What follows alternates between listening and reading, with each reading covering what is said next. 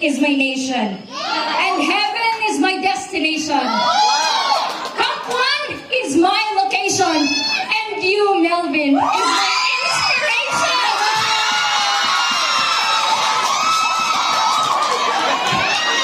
25 years of age.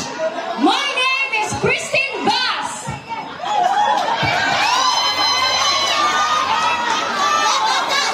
The purpose of life is to be happy.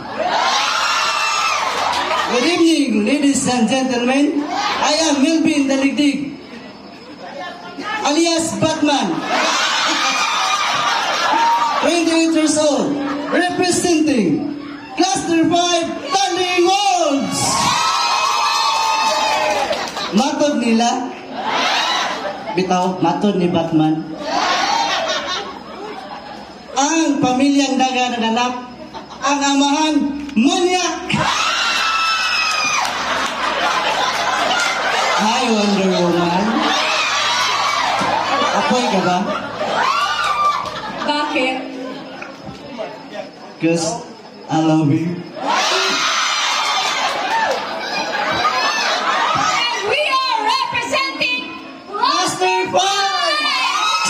Very nice! Cluster 5! Next, ano ang pipiliin mo? Pera o ako? Char! Uy, pera? Grabe si kamamoy. Grabe si pera. Kutukutuhon din ka, mama. Ito, ano ang pipiliin mo? To be kind or to be right? Again, ano ang pipiliin mo? To be kind or to be right? English lagi na. Una natin eh. English lagi daw ito. So, may gabi sa tanano, sa itong mayor o sa SB members, sa Bilang Bayan, o sa Cluster 5.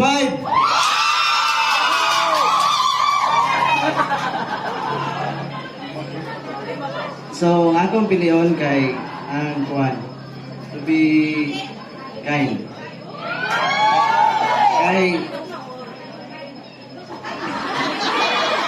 Kay kuwan mo God, mas maayo nga ang imong pagka maayo sa usa ka tawo imong ipakita kay ang kanang ang pag-correct sa imong kagalingon imo ra man lang makuha, pero ang kanang imong pagkabutan makita na sa mga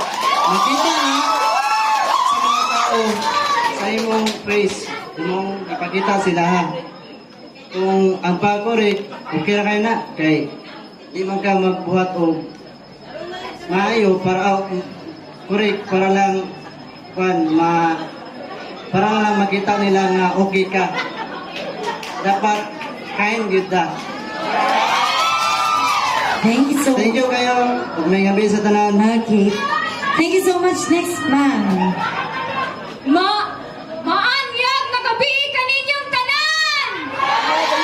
Labi na sa mga gwapa-gwapo sa Cluster 5! Siyempre, mas gwapa-gwapo nga itong mga judges. Pero mas maanyag ang naatiri sa inyong atubangan! So if I were to choose between being right and being kind, I would like to be kind. Because being kind goes a long way. Would you be happy if you're right pero naakay natamakan ng mga tao? You wouldn't. Would you be happy if you are right pero daghan kag nagpahilak? Di ba? And being kind is being also kind to yourself. Being kind, it doesn't mean na you be kind to others. That's all. It also means being kind to yourself. So, I would choose being kind because being kind is being right. Thank you so much.